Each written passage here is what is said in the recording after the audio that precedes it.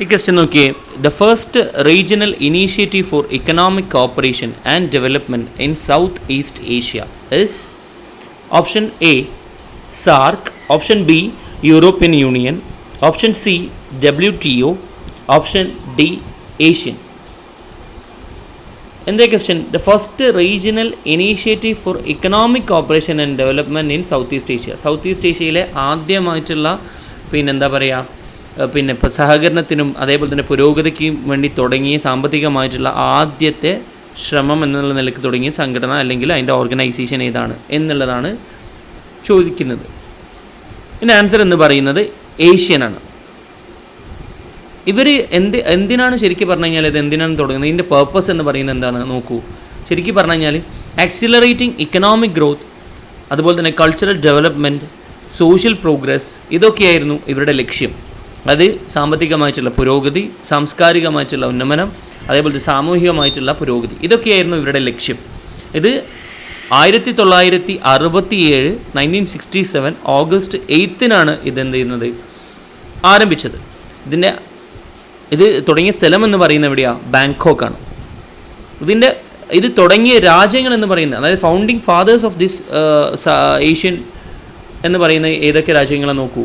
Indonesia ഉണ്ട്, Malaysia ഉണ്ട്, അതുപോലെ തന്നെ തായ്ലാൻഡ് ഉണ്ട്, സിംഗപ്പൂർ ഉണ്ട്, തുടങ്ങിയ രാജ്യങ്ങളൊക്കെയാണ്. ഫിലിപ്പൈൻസ് ഉണ്ട്, തുടങ്ങിയ രാജ്യങ്ങളാണ് ഇതിൻ്റെ ഫാദർ ഓഫ് ഫൗണ്ടിങ് കൺട്രീസ് എന്ന് പറയുന്നത്. ഓക്കെ, പിന്നെ ഇതിൻ്റെ പ്രധാനപ്പെട്ട തത്വം അല്ലെങ്കിൽ ഇതിൻ്റെ പ്രിൻസിപ്പിൾസ് എന്ന് പറയുന്നത് എന്തൊക്കെയാണ്?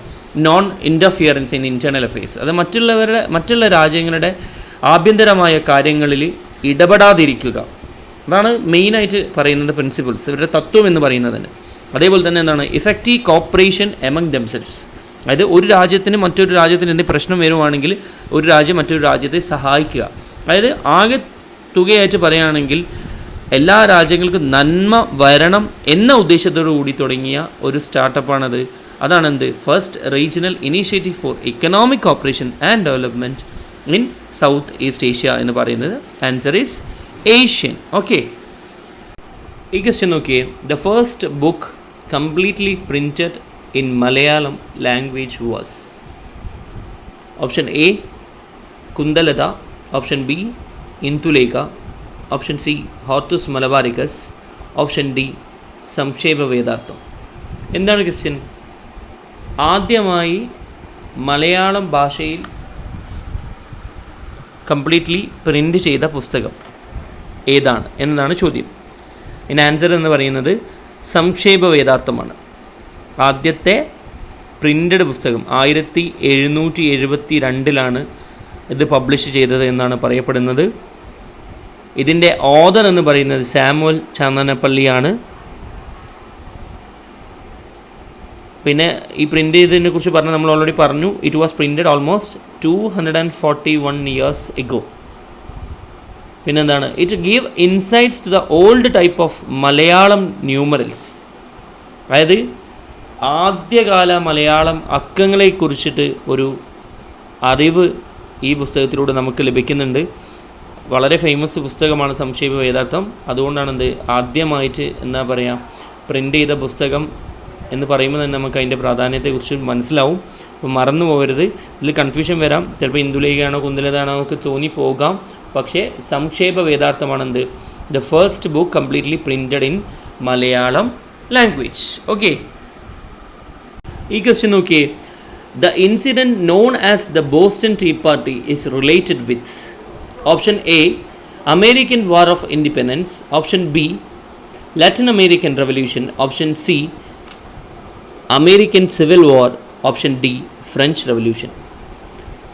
അതായത് ബോസ്റ്റൺ ടീ പാർട്ടി എന്ന സംഭവവുമായി ബന്ധപ്പെട്ട് ഉള്ള കാര്യമാണ് ചോദിക്കുന്നത്. അത് ഏത് സ്വാതന്ത്ര്യ സമരവുമായി ബന്ധപ്പെട്ടതാണ് അല്ലെങ്കിൽ ഏത് വിപ്ലവവുമായി ബന്ധപ്പെട്ടതാണ് എന്നതാണ് ചോദ്യം. ഇത് ഏത് വിപ്ലവവുമായി ബന്ധപ്പെട്ടതാണ്? ഇത് ശരിക്കും പറഞ്ഞു കഴിഞ്ഞാൽ അമേരിക്കൻ സ്വാതന്ത്ര്യ സമരം, അമേരിക്കൻ വാർ ഓഫ് ഇൻഡിപെൻഡൻസ് ആണ് ഇതിൻ്റെ ആൻസർ. എന്താണ് ആക്ച്വലി ബോസ്റ്റൺ ടീ പാർട്ടി എന്ന് നമുക്ക് നോക്കാം. അതായത് the high tax levied by the British government on tea fired up strong protest in America. അതായത് തേയിലയുടെ മേൽ അമിതമായ നികുതി ബ്രിട്ടീഷുകാർ ചുമത്തിയപ്പോൾ അമേരിക്കയിൽ ശക്തമായ പ്രതിഷേധമുണ്ടായി. ഓൺ 16th December 1773, ഇയർ നോക്കുക, ഇതാണ് ബോസ്റ്റൺ ടീ പാർട്ടി നടന്ന വർഷം എന്ന് പറയുന്നത് 1773 December 16. A group of people disguised as Red Indians boarded the ships at night in the Boston harbor and threw 342 chests of tea into the sea. അതായത് 1773 16 ഡിസംബറിന് ബോസ്റ്റണിലുണ്ടായ ഒരു വിഭാഗം ജനങ്ങൾ റെഡ് ഇന്ത്യൻസിൻ്റെ വേഷം ധരിച്ചുകൊണ്ട് ബോസ്റ്റൺ തുറമുഖത്ത് നങ്കൂരമിട്ടിരുന്ന കപ്പലിൽ കയറുകയും 342 തേയിലയിൽ അടങ്ങുന്ന പെട്ടികൾ എടുത്ത് കടലിലേക്ക് ഇടുകയും ചെയ്തു. This protest is known as the Boston tea Party. ഈ ഒരു പ്രതിഷേധത്തെയാണ് എന്ത് പേരിൽ അറിയപ്പെടുന്നത്? ബോസ്റ്റൺ ടീ പാർട്ടി എന്ന പേരിൽ അറിയപ്പെടുന്നത്. ഇത് അമേരിക്കൻ സ്വാതന്ത്ര്യ സമരവുമായി ബന്ധപ്പെട്ടിട്ടുള്ളതാണ്, അതുകൊണ്ട് മാറിപ്പോകരുത്, ശ്രദ്ധിക്കുക. The incident known as the Boston tea Party is related with dash എന്നതാണ് ചോദ്യം വരിക. അപ്പോൾ എന്താണ്? American war of Independence, American സ്വാതന്ത്ര്യ സമരവുമായി ബന്ധപ്പെട്ടിട്ടാണ് ഇതുള്ളത്. അതേപോലെ തന്നെ ഇയർ ഓർത്ത് വെക്കുക, 1773 ഡിസംബർ 16. ഈ ക്വസ്റ്റ്യൻ നോക്കിയേ. The first chairman of the Indian planning commission was option A Jawaharlal Nehru, option B M Visvesvaraya, option C Indira Gandhi, option D Shriman Narayan. എന്താണ് ക്വസ്റ്റ്യൻ? ഇന്ത്യയുടെ പ്ലാനിംഗ് കമ്മീഷൻ്റെ ആദ്യത്തെ അധ്യക്ഷൻ ആരായിരുന്നു, അല്ലെങ്കിൽ ചെയർമാൻ ആരായിരുന്നു എന്നതാണ് ക്വസ്റ്റ്യൻ. നമുക്ക് നിസ്സംശയം പറയാം ആരാണ്? ജവഹർലാൽ നെഹ്റു ആണ്, അല്ലേ? അദ്ദേഹം ആരായിരുന്നു? Is the first prime minister of India. ഇന്ത്യയുടെ ആദ്യത്തെ പ്രൈം മിനിസ്റ്റർ കൂടിയായിരുന്നു ജവഹർലാൽ നെഹ്റു. ഈ ഫസ്റ്റ് 5 ഇയർ പ്ലാൻ അല്ലെങ്കിൽ ഇന്ത്യൻ പ്ലാനിംഗ് കമ്മീഷൻ കൊണ്ടുവന്ന ഫസ്റ്റ് 5 ഇയർ പ്ലാൻ എന്ന് പറയുന്നത് എപ്പോഴാണ് സ്റ്റാർട്ട് ചെയ്യുന്നത്? 1951. അപ്പോൾ അത് പ്രത്യേകം ശ്രദ്ധിക്കുക. The first 5 year plan launched in India in the year 1951. ഇനി ഡെപ്യൂട്ടി പ്ലാനിംഗ് കമ്മീഷണർ ആരായിരുന്നു? ചെയർമാൻ ആയിരുന്നു Jawaharlal Nehru. Deputy planning commission എന്ന് പറയുന്ന ആരാണ്? ശ്രീ VT കൃഷ്ണമാചാരിയാണ്. എന്ത്? The first deputy chairman of the Indian planning commission. മറന്നു പോകരുത്. അപ്പോൾ ഇത് ഫസ്റ്റ് 5 ഇയർ പ്ലാൻ ലോഞ്ച് ചെയ്തത് 1951. ഈ ഇന്ത്യൻ പ്ലാനിംഗ് കമ്മീഷൻ്റെ ഫസ്റ്റ് ചെയർമാൻ ആയിരുന്നു ആര്? ഇന്ത്യയുടെ പ്രധാനമന്ത്രി കൂടിയായ, ഇന്ത്യയുടെ ആദ്യത്തെ പ്രധാനമന്ത്രി കൂടിയായ ജവഹർലാൽ നെഹ്റു എന്ന് പറയുന്നത്. ക്ലിയർ അല്ലേ? ഓക്കെ, നോക്കൂ ഈ question. The military administrator of Delhi sultans.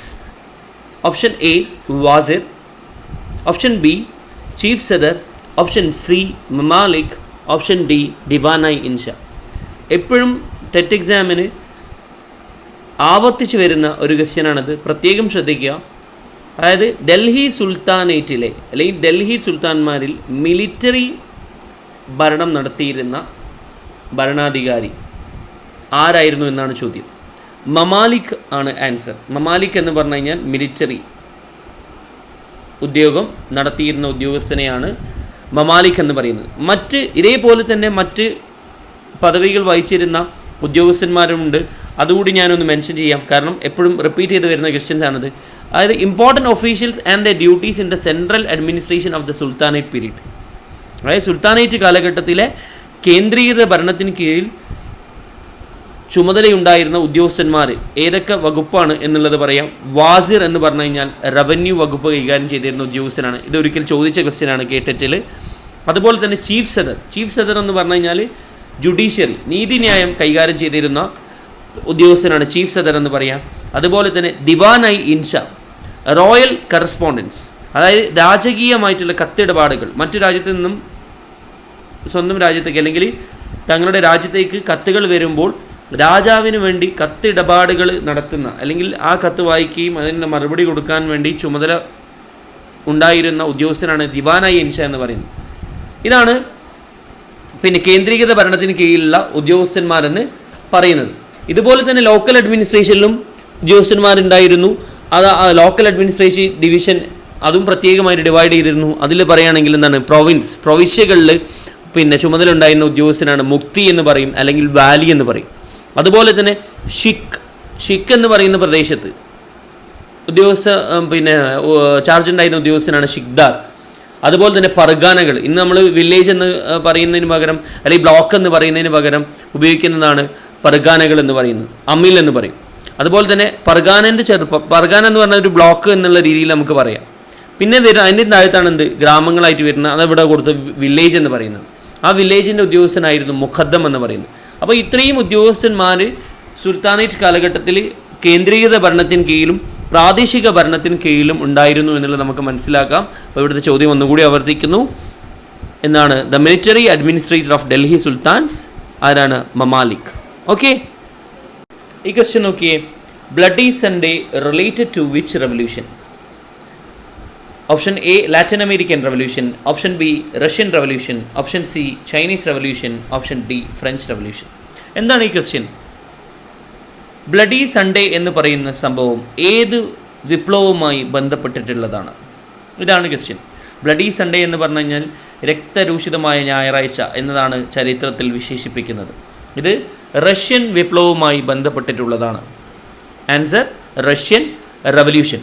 എന്തായിരുന്നു ഇതിൻ്റെ സാഹചര്യം എന്നൊന്ന് നമുക്ക് നോക്കാം. അത് നോക്കുക, റഷ്യ ജപ്പാൻ വാറുണ്ടായി 1905. ഈ റഷ്യ ജപ്പാൻ വാറിനെ തുടർന്ന് റഷ്യയുടെ സാമ്പത്തിക സ്ഥിതി വളരെയധികം മോശമായി.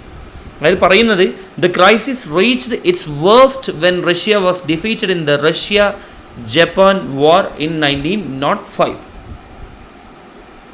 The workers organized a huge march at Petrograd on 9th January 1905 demanding political rights and economic reforms. അതായത് തൊഴിലാളികൾ പെട്രോഗാഡ്, അതായത് റഷ്യയിലെ ഒരു പ്രധാനപ്പെട്ട ഒരു നഗരമായിരുന്നു പെട്രോഗാഡ് എന്ന് പറയുന്ന നഗരം.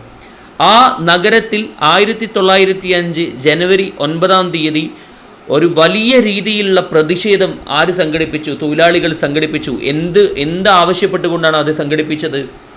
അതായത് അവർക്ക് രാഷ്ട്രീയപരമായിട്ടുള്ള അവകാശങ്ങളും അതുപോലെ തന്നെ സാമ്പത്തികപരമായിട്ടുള്ള പരിഷ്കരണങ്ങളും ആവശ്യമാണ് എന്ന് പറഞ്ഞുകൊണ്ട് പെട്രോഗാഡ്, റഷ്യയിലെ പെട്രോഗാഡ് നഗരത്തിൽ അവർ വലിയ പ്രതിഷേധം സംഘടിപ്പിച്ചു, വലിയ മാർച്ച് സംഘടിപ്പിച്ചു. The march was fired at by the soldiers and hundreds of demonstrators were massacred. പക്ഷേ എന്താണ് അവിടെ സംഭവിക്കുന്നത് നോക്ക്. ഈ മാർച്ചിനെതിരെ പട്ടാളക്കാർ വെടിയുതിർക്കുന്നു. നൂറുകണക്കിന് സമരാനുകൂലികൾ കൊല്ലപ്പെടുകയും ചെയ്തു. ഈ ഒരു സംഭവത്തെയാണ് എന്ത് പറയുന്നത്? This event is known as the bloody Sunday. ഇത് നടക്കുന്നത് ഒരു ഞായറാഴ്ച ദിവസമാണ്. അതുകൊണ്ടാണ് ഈ ദിവസത്തെ, അല്ലെങ്കിൽ അന്ന് പട്ടാളക്കാർ സമരാനുകൂലികളെ വെടിവെക്കുകയും ഒരുപാട് സമരാനുകൂലികൾ മരിക്കുകയും ചെയ്തു. അതൊരു ഞായറാഴ്ച ദിവസമായിരുന്നു. അതുകൊണ്ടാണ് ഇതിനെ എന്ത് പേരിൽ വിളിക്കുന്നത്? ബ്ലഡി സൺഡേ എന്ന പേരിൽ വിളിക്കുന്നത്. രക്തരൂഷിതമായ ഞായറാഴ്ച എന്ന ദിവസമാക്കി ഇതിനെ വിശേഷിപ്പിച്ചത് ചരിത്രം. അപ്പോൾ മറന്നു പോകരുത്, റഷ്യൻ റവല്യൂഷനുമായി ബന്ധപ്പെട്ടതാണ് എന്ത്? Bloody Sunday. ഓക്കെ, ഈ ക്വസ്റ്റ്യൻ നോക്കിയേ. The executive head of India. Option A prime minister, option B president of India, option C chief justice of India, option D speaker. നമുക്കറിയാം എക്സിക്യൂട്ടീവ് ഹെഡ് ഓഫ് ഇന്ത്യ എന്ന് പറയുന്നത് ആരാണ്? President of India ആണ്, അല്ലേ? പക്ഷേ ഇദ്ദേഹം എങ്ങനെയുള്ള എക്സിക്യൂട്ടീവാണ്? ഹീസ് എ നോമിനൽ എക്സിക്യൂട്ടീവാണ്, അല്ലേ? അദ്ദേഹം നോമിനൽ, നാമമാത്രമായിട്ടുള്ള എക്സിക്യൂട്ടീവാണ്. But the real executive of India is prime minister. മാറിപ്പോകരുത്. The executive of India, head of India എന്ന് ചോദിച്ചു കഴിഞ്ഞാൽ പ്രസിഡന്റ് ഓഫ് ഇന്ത്യ തന്നെയാണ് എഴുതേണ്ടത്. പക്ഷേ അദ്ദേഹം എന്തുകൂടിയാണെന്ന് മനസ്സിലാക്കണം? നോമിനൽ എക്സിക്യൂട്ടീവ് ആണെന്ന് മനസ്സിലാക്കണം. പക്ഷേ the real executive of India എന്നാണ് ചോദ്യമെങ്കിൽ പ്രൈം മിനിസ്റ്റർ ആണെന്ത്? റിയൽ എക്സിക്യൂട്ടീവ് ഓഫ് ഇന്ത്യ എന്ന് പറയുക. ഓക്കെ, നമുക്കറിയാം ഭരണഘടന അനുസരിച്ച് പറയുകയാണെങ്കിൽ under the constitution of India the head of the executive is the president. All the executive power is vested in him and all executive actions are taken in his name. അല്ലേ? നമുക്കറിയാം ഇപ്പോൾ നമ്മൾ ഒരു വധശിക്ഷയ്ക്ക് വിധിച്ച ആളാണെങ്കിൽ അയാളെ സുപ്രീം കോടതി വരെ വധശിക്ഷയ്ക്ക് വിധിച്ചിട്ടുണ്ട് എങ്കിൽ പോലും അദ്ദേഹത്തിന് ലാസ്റ്റ് കൊടുക്കാനുള്ള ഓപ്ഷൻ ആരാണ്? പ്രസിഡൻ്റാണ്. ദയാഹർജി, മെർസി പെറ്റീഷൻ കൊടുക്കാൻ പറ്റിയ ആളെന്ന് പറയുന്ന ആരാണ്? പ്രസിഡൻ്റാണ്. പ്രസിഡന്റ് അത് വേണ്ട എന്ന് തീരുമാനിക്കുകയാണെങ്കിൽ അദ്ദേഹത്തിൻ്റെ വധശിക്ഷ പോലും ഒഴിവാക്കി കൊടുക്കും. However, only a constitutional head of state acting on the aid and advice of the council of ministers and such only the formal executive. അതായത് ഞാൻ നേരത്തെ പറഞ്ഞതുപോലെ തന്നെ ഒരു ഫോർമൽ എക്സിക്യൂട്ടീവാണ് ആര്? ഈ പ്രസിഡന്റ് എന്ന് പറയുന്നത്. പക്ഷേ റിയൽ എക്സിക്യൂട്ടീവ് എന്ന് പറയുന്നത് ആരാണ്? പ്രൈം മിനിസ്റ്റർ തന്നെയാണ്. മാറിപ്പോയത്, ഞാൻ വീണ്ടും പറയുകയാണ്, the executive head of India എന്നാണ് ക്വസ്റ്റ്യൻ എങ്കിൽ president of India, but the real executive of India എന്നാണ് ചോദ്യമെങ്കിൽ പ്രൈം മിനിസ്റ്ററാണ്. ഓക്കെ, മനസ്സിലായല്ലോ?